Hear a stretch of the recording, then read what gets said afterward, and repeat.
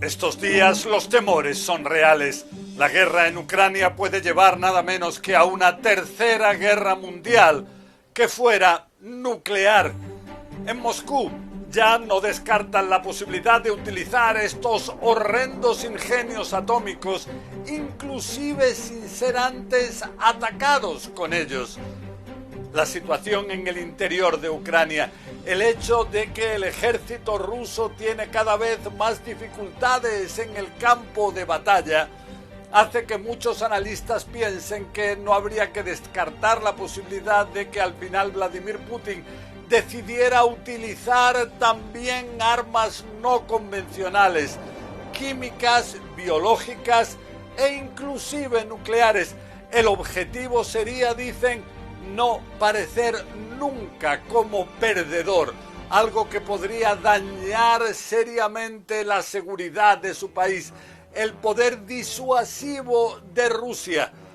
Entonces nos encontramos en una nueva realidad. La invasión del presidente Putin es brutal y es horrible y doloroso presenciar el sufrimiento humano. Estamos decididos a hacer todo lo posible para apoyar a Ucrania, pero tenemos la responsabilidad de garantizar que la guerra no se intensifique más allá de Ucrania y que se convierta en un conflicto entre la OTAN y Rusia. Esto causaría aún más muerte y aún más destrucción. Saludos. Les habla José Levi en un nuevo podcast de CNN, Desafíos Globales. Hay que recordar, en la historia fue al final de la Segunda Guerra Mundial, la única vez en la cual se utilizaron en condiciones reales de combate 2 bombas atómicas, en Hiroshima y en Nagasaki. Desde entonces, inclusive durante la Guerra Fría, ningún país, ni Rusia, bueno, entonces la Unión Soviética, ni Estados Unidos, se atrevieron a utilizar tales ingenios. También ya se habían desarrollado bombas especialmente horrendas, con un potencial a veces cientos de veces, si no miles de veces más potentes que las bombas utilizadas en Hiroshima y en Nagasaki. El temor era demasiado grande que algo así pudiera llevar realmente al fin del mundo. La cosa más importante que podemos hacer desde afuera es mantener nuestras democracias unidas y nuestra oposición y esfuerzos para combatir la devastación que está ocurriendo a manos de un hombre quien, francamente, creo es un criminal de guerra y pienso que la ley lo definirá como tal. Pero ¿qué es lo que pasa? Ahora tenemos un nuevo componente que hay que tener muy en cuenta, que son las bombas nucleares tácticas, que no son más potentes, sino justo lo contrario, mucho menos potentes.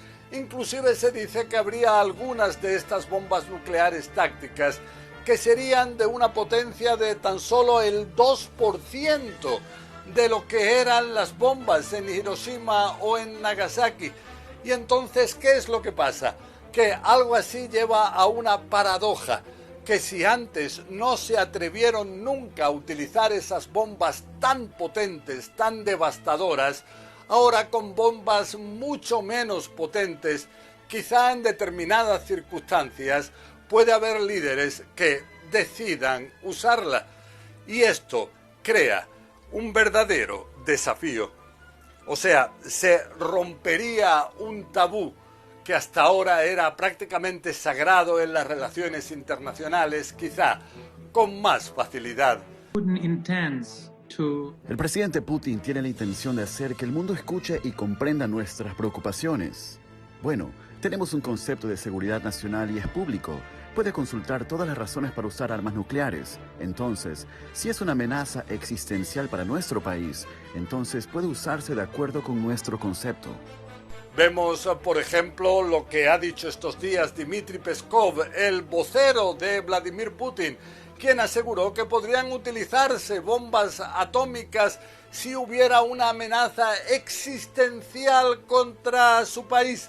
También el embajador adjunto de Rusia en las Naciones Unidas, Dmitry Polyansky, aseguraba a Sky TV no entender por qué su país no podía utilizar bombas atómicas si estuviera amenazado o si estuviera atacado por la OTAN. Vimos también en el pasado mes de febrero cómo Vladimir Putin puso en estado de alerta a sus unidades disuasivas, también entre ellas nucleares. Inclusive también a principios de marzo vimos cómo el ejército ruso bombardeó la zona de Zaporizhia en el interior de Rusia.